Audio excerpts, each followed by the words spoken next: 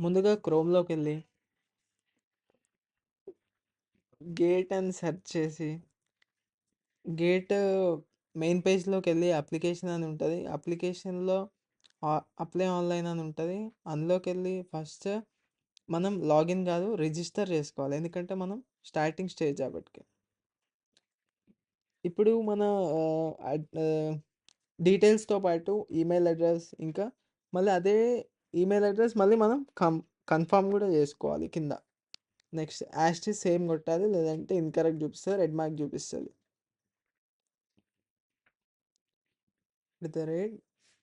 @POM same as it is continue. First మనం అది check చేసుకోవాలి. మన నేమ్స్ కొట్టింది కరెక్టా కాదా అనేసి మళ్ళీ మనం వెరిఫై చేసుకోవాలి.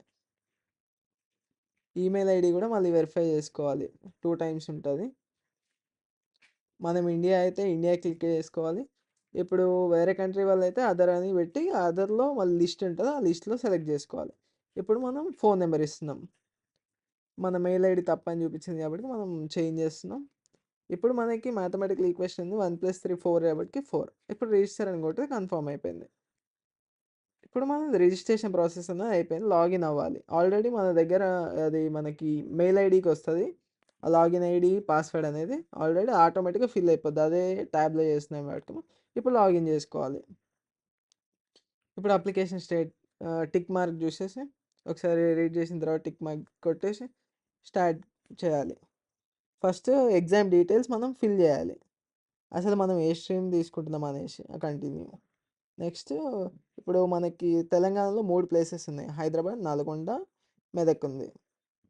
ఇప్పుడు ఫస్ట్ సేవ్ చేసిన తర్వాత నెక్స్ట్ కొట్టాలి. వితౌట్ సేవ్‌తో నెక్స్ట్‌కి పోయినా కూడా వ మనం ఫిల్ చేసినవి ఏమీ ఉండవు. మనం పెట్టిన మెయిల్ ఐడి ఇంకా ఫోన్ నెంబర్‌కి వచ్చే ఓటీపీ అనేది మనం వెరిఫై చేసుకోవాలి. మన మెయిల్ ఐడి కరెక్టా కాదా అనేసి చెక్ చేసుకోవాలి. వస్తుందా రావట్లేదా మన ఫోన్‌కి అనేసి. డేట్ ఆఫ్ బర్త్ డీటెయిల్స్ ఇంకా అవన్నీ ఫిల్ చేయాలి. మనం వ్యాలిడ్ ప్రూఫ్ కోసం ఆధార్ పెట్టుకోవడం బెటర్. ఎందుకంటే అందరి దగ్గర ఆధార్ కార్డ్ ఉంటది. పాన్ కార్డ్ కొంతమంది దగ్గర ఉంటది, ఉండదు. మన ఆధార్ ఐడి కరెక్ట్‌గా ఫిల్ చేసుకోవాలి. మనకి 12 డిజిట్స్ ఉంటాయి కదా! డేట్ ఆఫ్ బర్త్ తప్పు కొట్టాం చూడండి. అలాంటి మిస్టేక్స్ మీరు కూడా చేయొద్దని మాత్రమే ఫస్ట్ సేవ్ చేసిన తర్వాత నెక్స్ట్ కొట్టాలి. కాలేజ్ పిన్ కోడ్ కోడ్ తప్పు కొట్టినాం చూడండి. కాలేజ్ నేమ్ సెలెక్ట్ చేయాలి. కాలేజ్ యూనివర్సిటీ నేమ్ కూడా సెలెక్ట్ చేయాలి.